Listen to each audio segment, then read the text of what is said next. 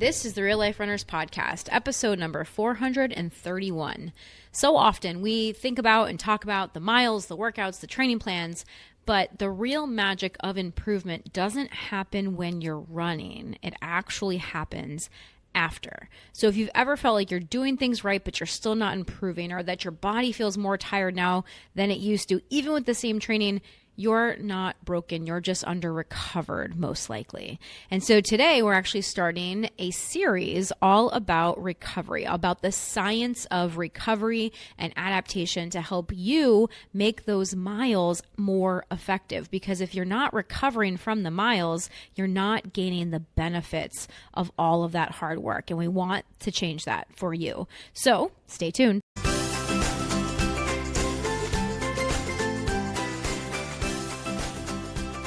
What's up, runners? Welcome to the show today. We are starting a new series. Those of you that have been listening for a little bit, the last month or so, know that we just wrapped up our series on core values, which is a fun one for us to record. Yeah, no, we're bringing on more series. It's a series spectacular. I like it. Well, because for us, it's one of those things, running a podcast for 8 years, which, we just celebrated our 8-year podcast anniversary, which was super cool.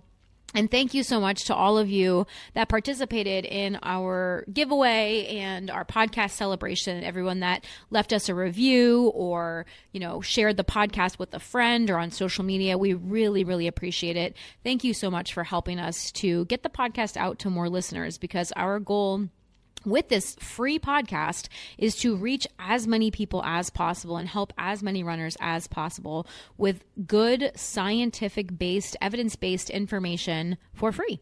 And we need your help. So even though our sweepstakes, our giveaway is over, the sharing of the podcast and the promoting of the podcast never stops. So if you haven't yet, we would love for you to leave us a review on Apple Podcasts or on Spotify.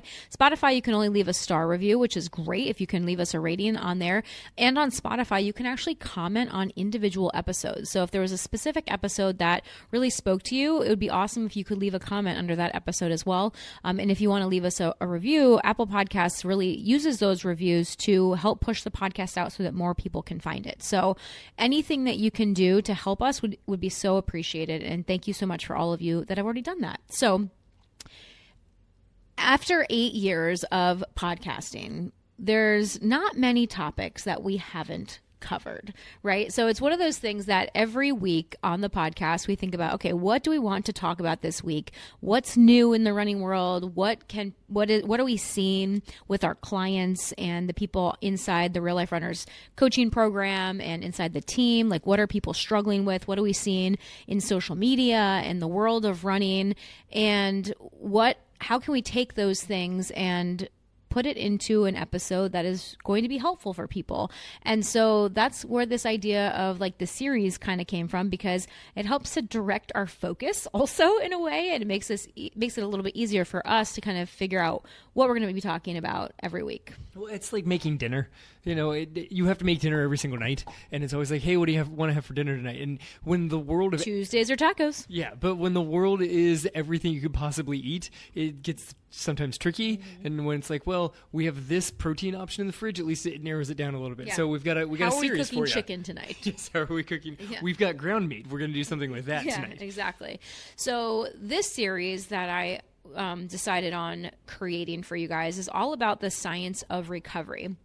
And throughout the course of this series, we're going to go through we're going to talk about recovery, the physiology and the science behind it, what's actually happening in your body, why recovery is so important. And we're also going to go into all of the different recovery tools that are out there, like foam rolling and ice baths and saunas and all the different things that you might be hearing about, compression sleeves and compression boots and all these things, and help you understand the science behind them so that you can make the best decision for you of, is this something that I want to spend my time or my money doing and implementing in my training. Yes. Is it worthwhile recovery tools? Because there are a lot of recovery tools, but some of them are a little bit more complicated than others. So is it worth your time and effort? I mean, not just complicated, but effective also. Like some of the things out there sound cool and look fancy, but what kind of benefit are they actually giving you? And is that benefit an actual physiological benefit, or is it more of a placebo effect? Is it more of a mental thing,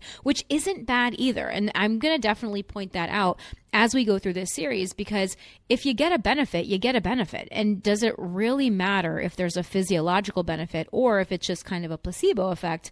I mean, I would argue no, because if you're feeling better using it, then essentially that's a good thing. 100%. And as we go through this episode, we'll cover why that is actually a thing, because recovery is not always just a physical issue. Mm-hmm. So let's first start by just getting into the science of stress and adaptation. Like what is actually happening in the body when we work out? Why do we even work out in the first place? Because what you need to understand, the main point that you want to know is that training is a stress on the body. Training is actually breaking your body down, and recovery is where the adaptation happens. And if you've been listening for a while, you've heard us say that plenty and plenty of times. So there's actually a cycle that the body goes through. And this was a concept that was first introduced back in like 1950 called the general adaptation syndrome. And there's 3 stages that your body goes through with any stress, including training. So the first stage is the stress response. So this happens during and immediately after training.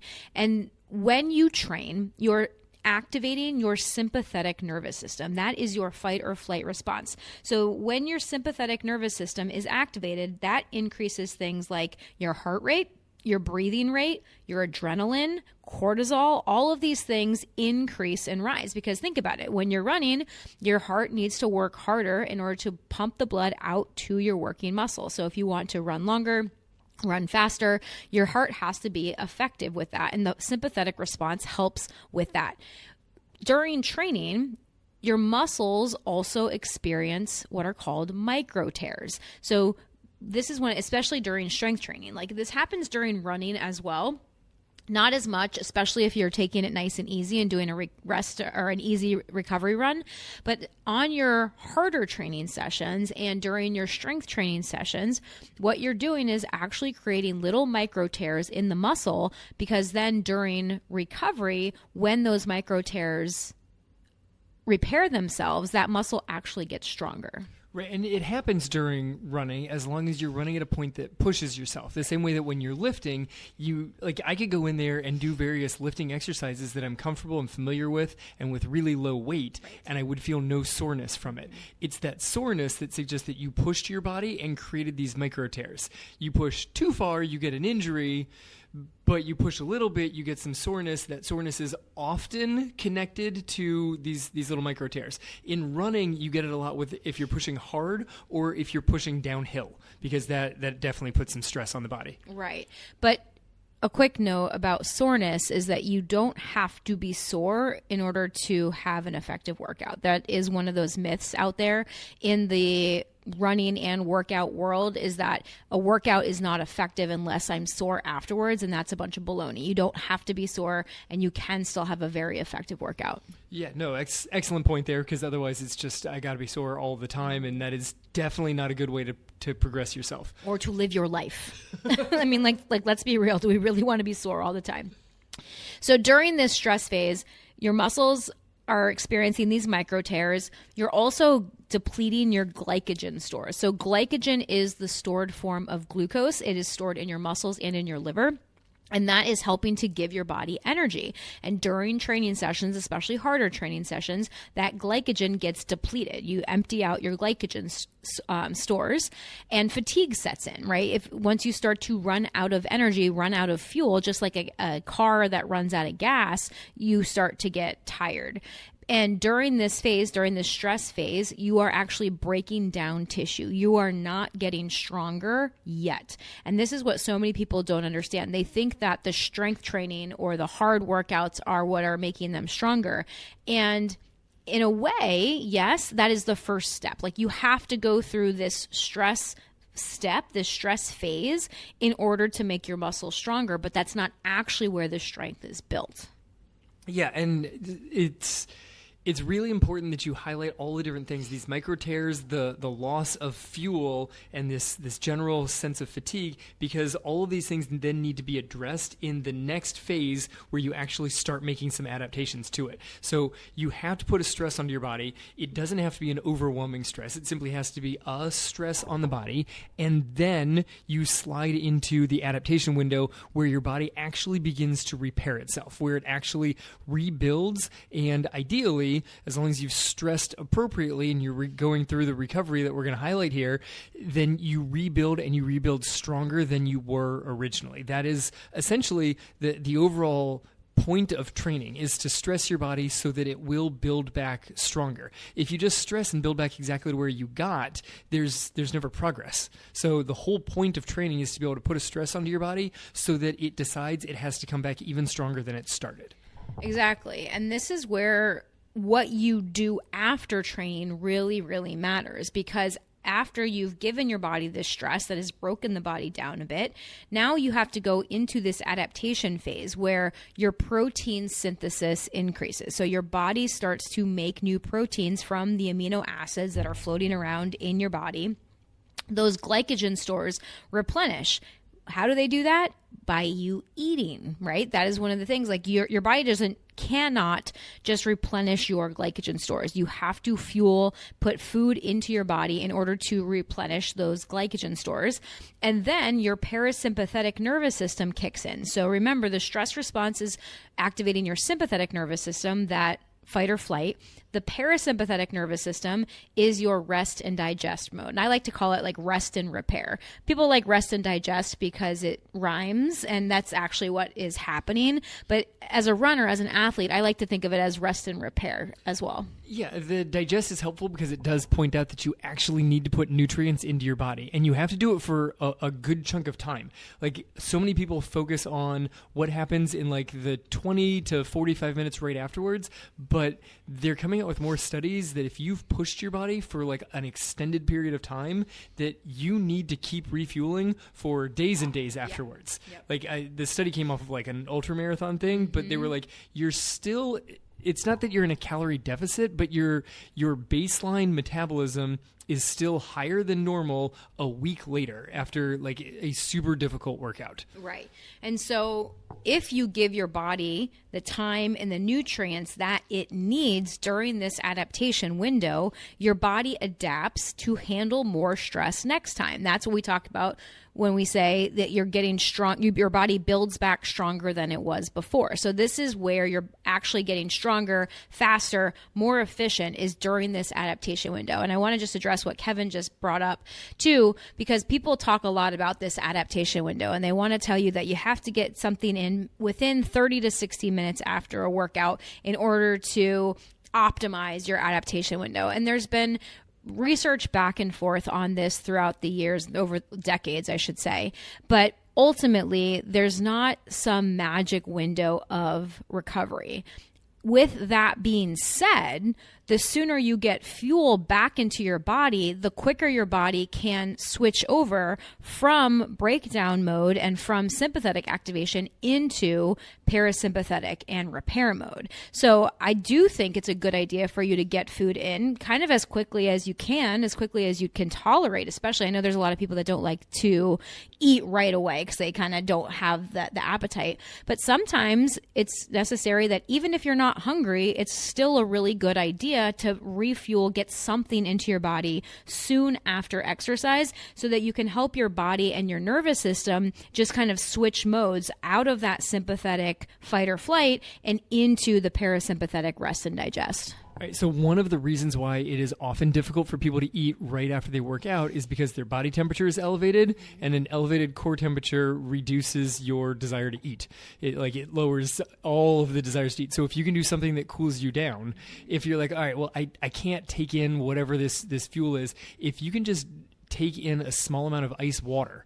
And I mean, you can put calories in that just right off the bat. Drinking is usually the easiest way to get in calories. Yeah. But if you take in some cold liquid, even if it doesn't lower your core temperature a lot, just whatever helps you start feeling like you're cooler will then make hunger more easily accessible. More easily accessible. Yeah. So that could include jumping in the shower too, like taking a lukewarm or colder shower. You don't want to jump into a freezing cold thing because you don't want to shock the system like that.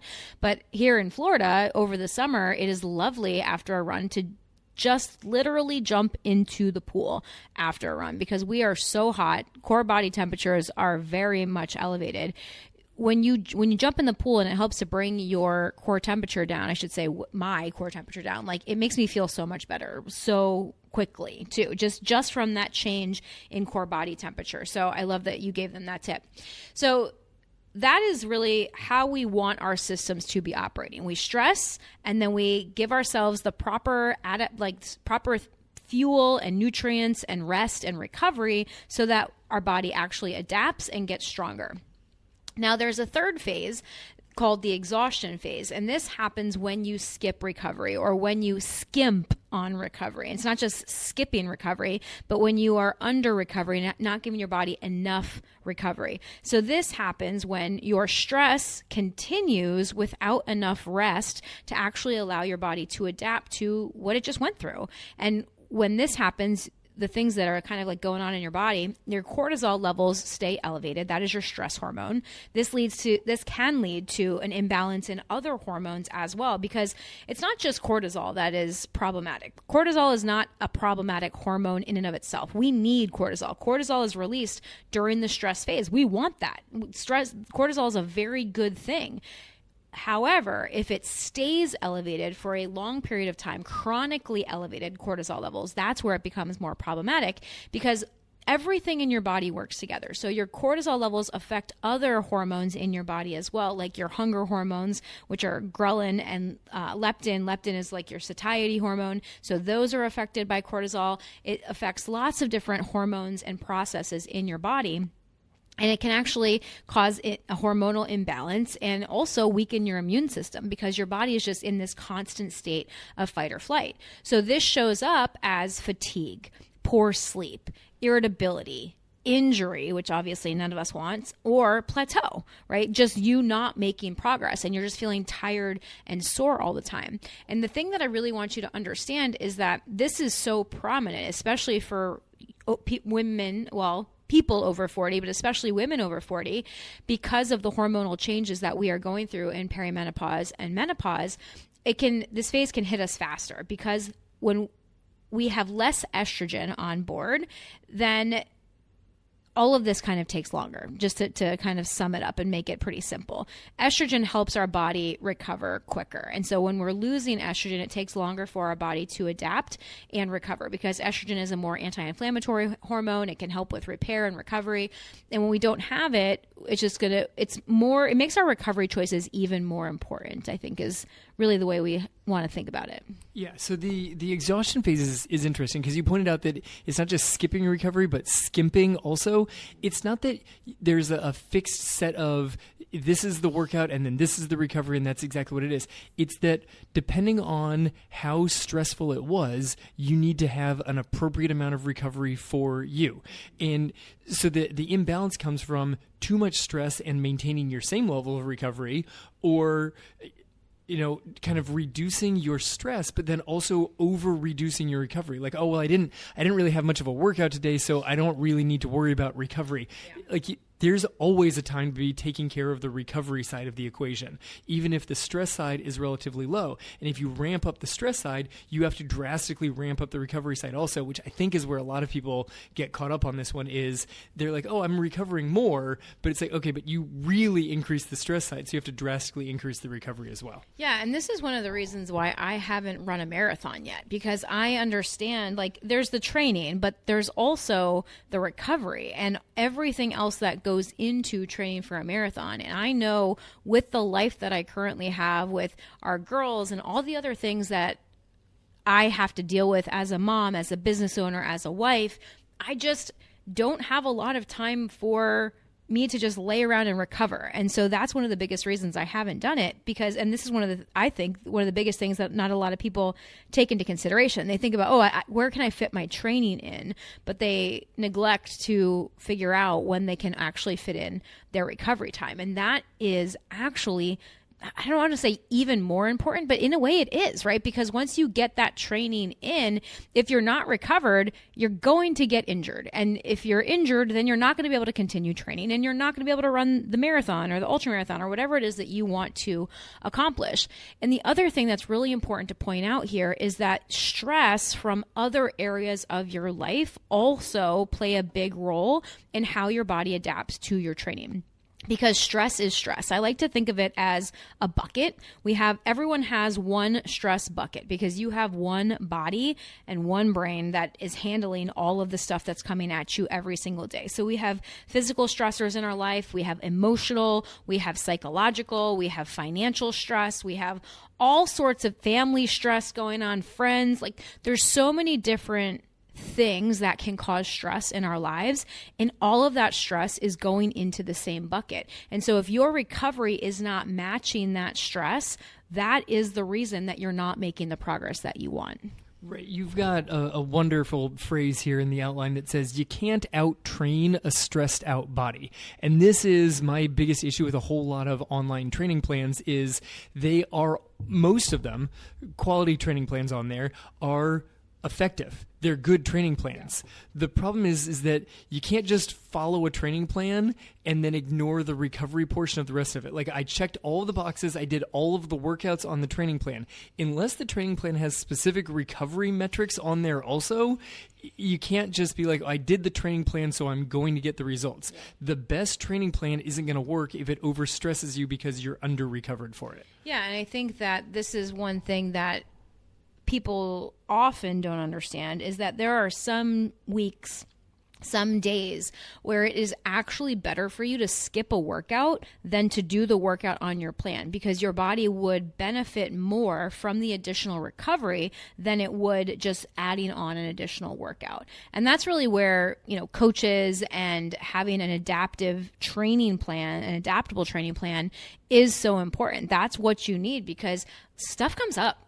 There's all sorts of things that can happen. I mean, I know that our life recently has just kind of been all sorts of craziness, and there's been a lot of stress outside of, just normal, I shouldn't say normal, but abnormal life stress that has been added on. So one of the things that we have been dealing with the past month and a half, I think I've already talked about this on the podcast, but we lost our dog September 1st, and it was a really traumatic experience. She unfortunately was hit by a car, and so it was very sudden, very traumatic, and we've been grieving and just going through all sorts of things with that. And I've also been feeling like I have a void that I needed to fill. And so the exciting announcement, I actually just posted it tonight on Instagram, made it Instagram official, Kev. Oh, not Facebook official yet, but we just got a new dog, and he is wonderful so far. We've had him a couple days now, and however, there's an adaptation phase here. Right? There's definitely a stress phase involved. There's a stress phase and there's an adaptation phase, right? It's going to take time for him to adapt to us, for us to adapt to him. And that first night that he was here, and we're like, I don't know what his schedule's like. And he woke up at 5 o'clock in the morning and had to go to the bathroom. And so there are things that I'm going to have to do that I'm not really sure of and that I don't really have control over at this point. And so Tuesday mornings are normally my speed work session. I meet with my friends on Tuesdays, and today I decided not to do that because I didn't know how his night was going to go. I didn't know if I was going to be up with him, trying to help him, get him settled and help him adapt to what's going on. And so I chose not to do speed work with my friends this morning. Part of that was because of the lack of sleep that I had the day before. And the other part of it was knowing that I could get my run in later in the day. And it was probably going to be a better choice for me to get some sleep in order to allow my body to recover from the running and the strength training that I've been doing and the traveling and all the other things that I've been doing recently as well, because all of those things go into my stress bucket and play a role. Yes, there's a lot of things that go into the stress bucket. Well, and this is the other thing too, is positive things can go into your stress bucket, right? Like stress is not just negative. There are very positive things and positive changes in your life that still cause stress. And I think that's important for us to recognize also. I mean, anything that's a change is inherently stressful, whether it's a positive change or negative. Anything that creates change, your body's like, I'm not sure what's going on, and that naturally creates some sort of stressful thing, which then leads to recovery, and recovery takes a whole lot of different angles. The recovery that most people think of is, I've got to make sure that my body feels better. People are worried about the muscular system recovering. We're dealing with those micro tears we were talking about, replenishing our glycogen stores, but recovery goes far beyond the muscular system, and that's why the recovery is much more complicated than, oh, well, I'll have something to eat and I'll just kind of take a rest day or have an easy day and then I'll be all better. That's not necessarily it, because you also have to deal with your nervous system and your endocrine system. You've got multiple things that have to be taken care of, and just having a snack is not going to necessarily fix everything. You've got your nervous system, you got to actually flip it from your sympathetic go into parasympathetic recovery mode. You've got to do something that flips that switch so that your body knows, all right, I'm actually into recovery mode, because then that helps take care of the endocrine system that is dealing with all sorts of hormones going all over the place, and helps actually regulate the rise and fall of various hormones that help your body say, all right, we're not in flight or fight mode. We are in recovery mode. Let's get the hormones aligned to actually allow our body to recover. Yes, agreed. And all of that, a good start is having a snack. I know that you said it's not just about having a snack, which is true, but I feel like you just made it sound very ominous in a way. But like, Kevin's totally right. There are multiple systems that need to recover, but that doesn't mean that you have to do a million things to recover. And that's really what this series is going to help you filter out as well, because having a snack is going to help your muscular system, your nervous system, and your endocrine system. Getting some rest, going to bed early, getting your sleep is going to help all three of these systems. We just have to think about it. We have to be aware of this, because recovery isn't just about the muscles. It's about bringing your whole system back into balance. Your body likes to be in a state of homeostasis. Who remembers biology 101 from high school, right? Everybody knows the word homeostasis.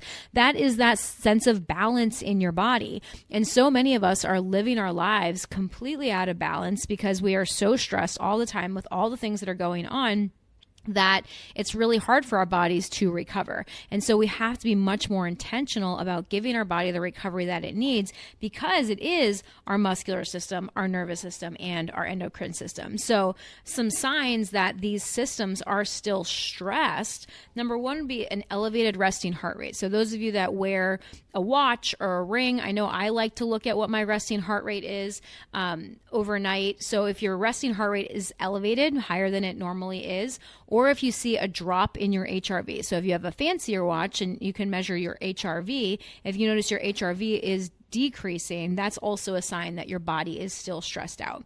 Other things that don't need any sort of fancy equipment, if you're noticing that you're just more moody or having more mood swings or irritability, that can obviously be complicated by the hormonal changes that we women are going through in perimenopause and menopause, because those hormone changes also can lead to these types of symptoms.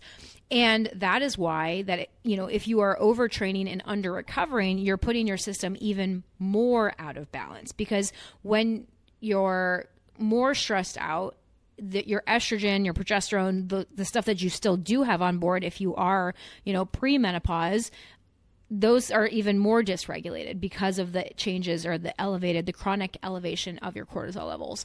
If you're noticing that you are having heavy legs despite only running easy, or if maybe you haven't done a workout in a while, but your legs just feel heavy on all your runs, or you're having trouble falling asleep, staying asleep, or you're just noticing an overall lack of motivation and you just don't feel like going out for your runs, all of those could be signs that you're not getting enough recovery and your body's still stressed. All right, so I have a couple points on this one. The combination of taking care of all of your systems while making sure that sometimes just having a snack is beneficial. If you finish your workout and you have a snack, will you start just mindlessly scrolling through, essentially doom scrolling? Mindlessly scrolling is, depending on what your feed is, might actually help you just sort of calm down. Yeah. But if you've got a terrible feed coming at you, it is not necessarily going to help you. Like the news? Yeah. Like being like, oh, during my recovery window, I'll have a snack and check all of the latest headlines. Or if the stock market's having a bad day. Yeah, these are not things that are going to help you move out of flight or fight. So you think about things that would actually help you try to fall asleep. News headlines, scrolling through your Instagram feed, not necessarily things that will help you drift off to sleep. They're also not great recovery tools. And the other one that I wanted to cover is, you mentioned the elevated resting heart rate, or HRV. Sometimes after you do something particularly difficult, your resting heart rate will actually drop the next day. And you're like, oh, look at me, I'm totally gaining from that hard workout. And then the day after, it pops back up and you get a spike off of this. So sometimes you get this preliminary dip in your resting heart rate, like resting heart rate dips and HRV rises, and it seems like you've gained this massive benefit, but it's hiding the next day where it's going to reverse, and then you're going to feel like you're overtrained. So sometimes those numbers can lie to you. If you know you just did a really hard workout and you see a dip in your resting heart rate the next day, you're probably really in need of some extra recovery. Yeah. So what can we do to start recovering better? The number one thing that everyone needs to do is sleep. You cannot train hard if you are not getting enough sleep, especially if you are over the age of 30 or 40 or 50 or 60. You might have been able to get away with it in your 20s or in your teens, but after the age of 30, 35, your body just doesn't recover the way that it used to. And obviously, if you are listening to this podcast and you have a newborn or small kids, you understand how you feel with a lack of sleep. And I know that you might be listening to this right now thinking, how the heck am I supposed to get more sleep? I am not here to tell you all the ways, but I am here to tell you how important it is, okay? Because 70 to 90% of your growth hormone is released during deep sleep, during sleep. So if you are not getting enough sleep, and if you are not getting quality sleep, then you are missing out on a huge piece of your recovery. Sleep is critical. It is one of these factors that pretty much no matter what study I have ever read that I am aware of, I don't know if there's any out there that go against this, but any study that I'm aware of that has studied sleep, regardless of what the variable is, like whatever the outcome they're looking at, whether they're looking at performance, they're looking at overall health, or they're looking at blood sugar, they're looking at so many different variables, basically all of them show that more sleep improves that thing, that outcome, and less sleep, not enough sleep, decreases that variable, right? So there's obviously a window or a range, I should say, of what is enough and what is adequate and what is too. There's no such thing as too much sleep. Let's be real.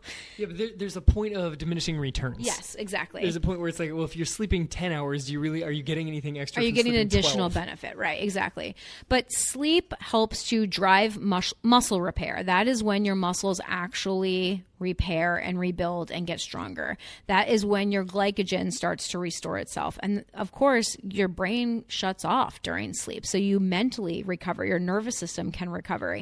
And when you are chronically sleep deprived, if you're not getting enough sleep, this is definitely going to lead to slower adaptation to your training and a higher injury risk. So maybe you're lucky like me, or at least I like to sometimes think that my watch is not just making stuff up when it talks about my sleep. If I've ever had a poor night's sleep, the next night I almost immediately just dip straight into deep sleep. And it makes sense because it's the deep sleep where your body releases the growth hormone and you get some of these best benefits. So if I'm ever really get a bad night's sleep or really get a very short night's sleep, the next night when I fall asleep, it's just I'm immediately basically comatose. It doesn't really matter what's happening. I am immediately straight into deep sleep because my body knows that it needs it, and so that's where it goes. And you're very lucky in that regard. Like if my watch is accurate, I feel like it's gotten a little bit better maybe, but in general, I don't have as much deep sleep as you. I have a lot of REM sleep, and so I think that I am lacking in that. I could probably try some different strategies to improve my deep sleep, but what you want to understand is that your bed is your recovery window. That is where you recover. You can't hack your way out of poor sleep. This is the number one thing that you need to work on if you are under recovering. You need to make more time for sleep. You should be getting 7 to 9 hours of sleep per night. And if you are a woman over 40, if you are in perimenopause or postmenopause, there's research that is starting to show that we need even more. We need more like 8 to 10 hours of sleep every night, especially if you are an active woman that needs muscle repair. One of the things that's really helpful here, and this is a really good thing that all of us can be doing, is to have a consistent bedtime and wake time, regardless of whether it's a weekday or a weekend. And I know that's tough for a lot of people. There's a lot of people that are pretty good with bedtimes and wake times during the week because they've got to go to work or they have more of a routine and a schedule, and then the weekend comes and who knows what their schedule looks like. But giving your body a consistent bedtime and wake time does so many good things, not only for your sleep quantity, like because you obviously know how much sleep you're going to get if you have a consistent bedtime, wake time, but also for your sleep quality, because your body starts to know and your body starts to expect, okay, we're getting close to bedtime. It's time for me to start winding down. And it's going to be easier for your body to then shift into deep sleep mode once you actually do go to bed. Yeah, I feel like as we continue the series, maybe some different ideas of how to improve sleep quality could show up. But just real quick, fewer screens and cooler temperatures and a nice dark room. These are some big ones. Like a protein snack before you go to bed to make sure that you're not hungry at all. Because trying to go to bed hungry is, I just heard a podcast the other day. That doctor suggested that trying to go to bed hungry is the worst way that you could go to bed. I feel like hot with all the lights on has got to be putting a fighting chance to be a terrible way to go to sleep. But cool the room down, make it dark, and make sure that you're not hungry is kind of some keys. Yeah, and limiting the screen time, I want to point that out again. I know you just said it, but I think that's one of the things that a lot of us have gotten into the habit of. And I know that's one thing that has drastically improved my sleep. I mean, would you say the same for you? Like us taking phones out of the bedroom has drastically improved my sleep. I know that. I mean, when we had a great schedule and we could both read for like 10, 15 minutes before we went to bed, that was some of the best sleep that I had. We don't have that range right now. What do you mean we don't have that range? Right now, the sleep pattern that I'm on does not include being able to read for 10 minutes before I go to bed. Well, maybe we need to change that. But yeah, you've been busy with grading. You did not get enough sleep last night for sure. But limiting screens before bed, I would definitely invite you to take your phones out of your bedroom. Take the TVs out of your bedroom. Make your bedroom a place for sleep and rest and relaxation and connection with your partner. Like that is what a bedroom I like. I shouldn't say, I don't want to say should be because I don't like using the word should, but that's what it should be. I think that that's really the best way to do it. Okay. So sleep. That is the number one thing that I want you to take away from this episode is how important your sleep is for recovery. Now let's talk a little bit about your recovery and your hormones, especially if you're a runner over 40. So if you are a woman, you have estrogen in your body. And during perimenopause, we start to lose estrogen. Our estrogen starts to decline. And estrogen helps to support all sorts of things in recovery in our body, like collagen repair, blood flow, energy metabolism. So as we lose estrogen, our recovery slows down. Estrogen also has a regulatory effect on cortisol. It helps keep our cortisol levels in check. And so as we lose estrogen, cortisol can stay more elevated longer after training or stress. And without the proper fueling, bringing that nutrition back in, women can easily dip into low energy availability, meaning that your body doesn't have the energy that it needs, and that can lead to hormone dysregulation. It can lead to things like stress fractures, increased injury risk, loss of period, which obviously if you're in perimenopause or postmenopause, you're already kind of on your way there. But it's important for you to understand that your body's not falling apart. Your physiology is just changing. Your hormones are changing, and that's going to change the way that your body recovers. So you have to be much more intentional with your recovery strategy. It's nothing you can't handle. It's nothing that is so terrible. It's just like, okay, your choices matter more now. We just have to be more intentional with these choices. You essentially are taking the bumpers out of the lanes when you're bowling. Like there's gutters and you could slide off the lane. When we were younger, it was a lot easier to kind of live a little bit more on the edges. You could get away with reduced recovery and be like, I'll just carry that reduced recovery into the next day. I'll recover in a couple of days. Like you could stack workouts closer together. You could get away with not having a good dinner the night before and still get up and work out the next day. It's just that you have to pay attention a little bit more is really kind of the key. We have less wiggle room. Yes. That's really what it is, right? Like we just have less wiggle room and our choices affect us more than they used to. We used to have more of a buffer, and essentially when we lose estrogen, we lose our buffer, and that's really what is going on. So things that you need to do, number one is to eat enough protein. If you want your muscles to recover, you have to provide the necessary building blocks for muscle, and that is protein. So you should be aiming for about 1 gram per pound of your ideal body weight on a daily basis. So if that seems like, holy crap, that is way too much, like my ideal body weight is 130 pounds. That sounds like, so that would be 130 grams of protein. That sounds like way too much protein. If that's, kind of what's coming to your head right now, start with 100 grams or start with more than what you're currently eating. Yes, I was about to say that. If you go through and you check what you take in during the day, if you're at 50 and Angie just suggested that your ideal is 100 and something, 130, like whatever the number is, move your 50 to 70. Move it to 80. Don't move it to 130. Don't 2.5 times it. That's going to feel overwhelming to you. Yeah. But find a way to increase it. Yeah. That's the key. So make your first goal to simply increase your protein. Make your second goal to consistently get 100 grams of protein a day or more, right? Like 100 grams of protein. I think that there's a lot of sources out there that say 1 gram per pound of ideal body weight, and that's a great thing to shoot for.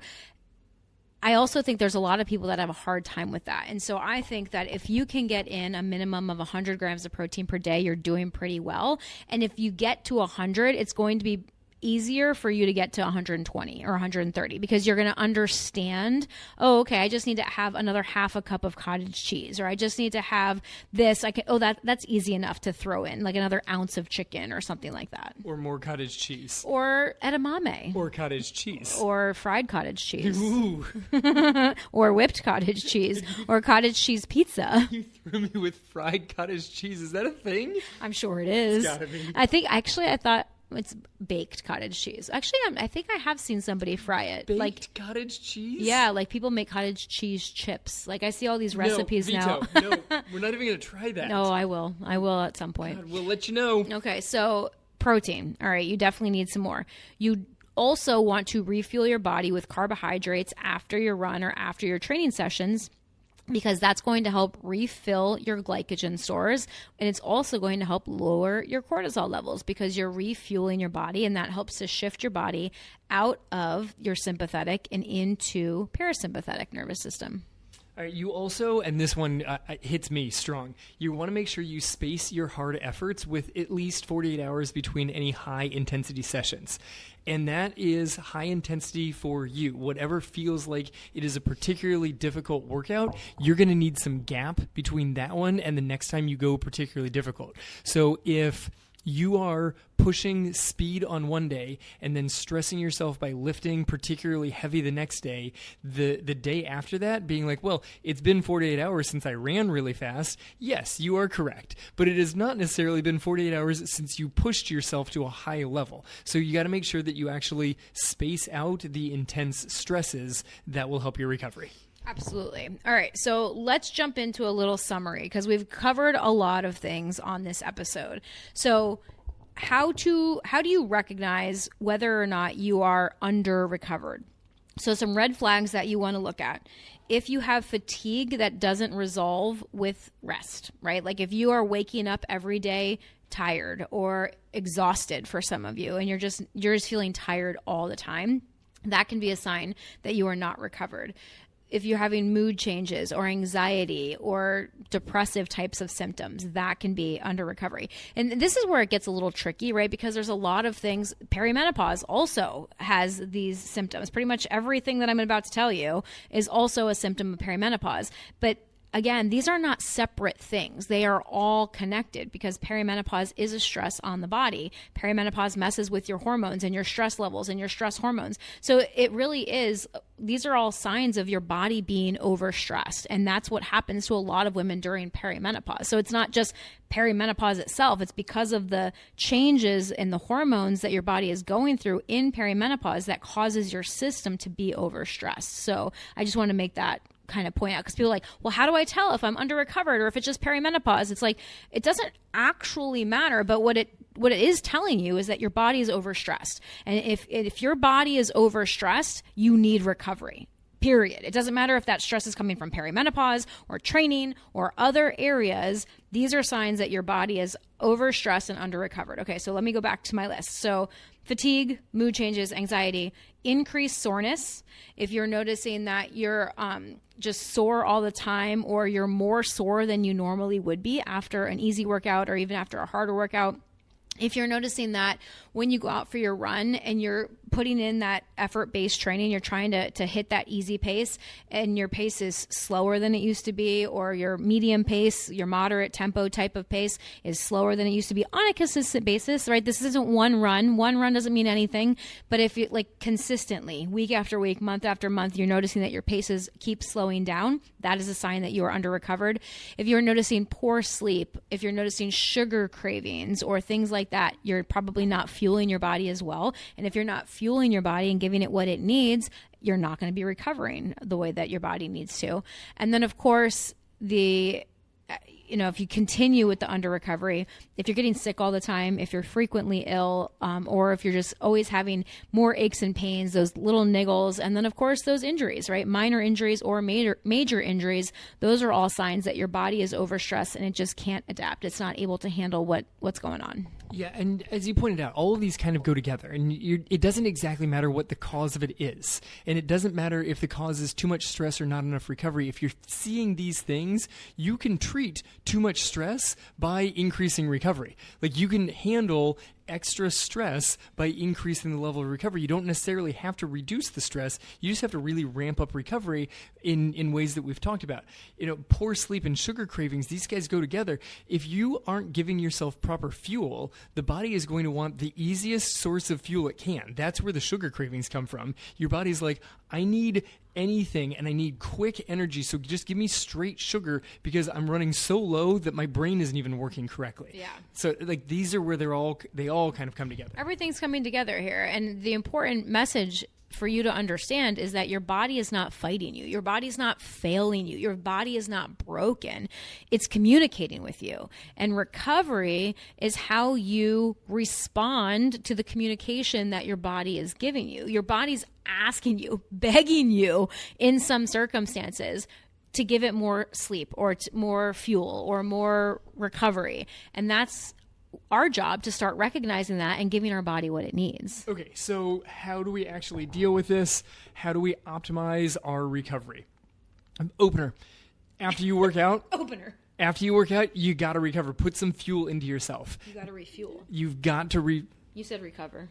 How do you recover? Put some fuel into yourself. Yeah, sorry. So refuel yourself. Yeah. 20 to 30 grams of protein with some carbs. People go so big on the protein, they're like, I got to get the protein in. If you don't take in the protein with carbs, your body doesn't know what to do with it. If you dump a pile of bricks at a construction site but don't bring any mortar, you're not getting a wall. So you got to make sure that you actually bring the protein and some carbs so that your body can actually utilize the proteins that you're providing it. You got to hydrate. After you've worked out, you've lost sodium, you've lost a variety of other electrolytes, and you've lost fluids. So make sure that you are getting the fluids back in. Make sure that you're replacing some of your key electrolytes, especially the sodium. The fluids are super important with the protein and the carbs, because if you're super dehydrated, you just don't have the ability to move things through your body to aid in the recovery process. Yeah, this is like our new dog. He has been eating kibble at his foster home, and so obviously with changing homes, we're not going to also just change his food right away, so we're continuing to feed him kibble. And one of the things that I've noticed is how much, because our previous dog, she ate kibble sometimes, but her main food source was a brand called Fresh Pet. And it was like, we bought that in the refrigerator section. Ooh, maybe they'll sponsor us. Woo. Yeah, come sponsor our running podcast. You never know, though, because this guy will run with me. He ran with me today, and he did such a good job. He'll run with you. He's huge. I know. He's the size of my car for all of our listeners. No, he's not. He is not that big. It's funny because, he's big for us, for sure. He's much bigger than our previous dog. He's about 42 pounds right now. He's a small standard poodle, for those of you that are wondering. And he's black and white, and he's so cute. Anyway, he drinks a lot of water. He drinks so much more water than our last dog did. And I think that a big part of that is the kibble, because with the dried food, going back to your point of hydration, is, when you have that dried food, you need the water to go with it so that your body can actually digest it. Yes, he also drinks louder than any other dog that has ever existed. And he's wonderful, and you love him. Yeah, I know you do. I'm not forcing that on you yet. Thank you. Number 3, active recovery. Oh, I get to talk about this one. Go. So active recovery is another way that you can optimize your recovery. So a lot of people, when they think recovery, they think, okay, I'm just going to go lie on the couch or I'm going to just sit by the pool. And that is a great way to recover. That is what is known as passive recovery, just resting. But active recovery is a fantastic way for your body to recover, especially if you're a woman over 40. There's a lot of women that find that if they just lay around and don't do much, they're actually more sore, and active recovery can really help. So this is things like going on a walk or doing some gentle mobility, not doing a workout, but doing some gentle mobility, or some yoga, if yoga is something that's easy for you. There are some of our clients that use swimming as active recovery because they used to be a competitive swimmer. So swimming is something that's very easy for them. For me, swimming is not easy. So that would not be a form of active recovery for me, but their body very much knows and loves swimming. So that's a very easy, gentle form of active recovery for them. So the whole point of active recovery is that it feels easy, it feels gentle. It's just putting your body through nice, gentle movement throughout the day. Yeah, this is where cross training comes in. It's a stress to your body, but it's not enough of a stress to continue to boost excessively on the stress side. It actually just creates some movement, increases some circulation through your body, so that all of the repair stuff can actually move nicely through your body. It's super helpful. And what active recovery looks like for you is very different from one person to the next. We've got the Chicago Marathon was just over the weekend.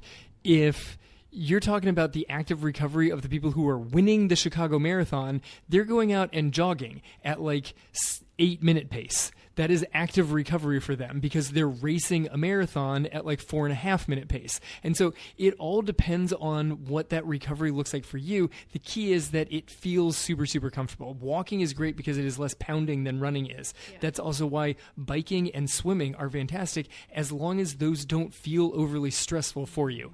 I don't enjoy swimming for distance, and so that would just be remarkably mentally stressful for me. Yeah, which then is not active recovery. That's another important thing that I want you to point out, or that I want to point out here, and I'm glad you made that point. If it is mentally stressful for you, that is also not an active recovery day. Another thing you could do is schedule your rest breaks. We suggest typically 1 full day off per week. Now, again, when I say a full day off, that can include active recovery. It doesn't mean that you have to sit around on the couch all day. It can include going out for walking. It can include some gentle mobility. But having a rest day where you are not actively training is a really good thing for your body, especially over the age of 40.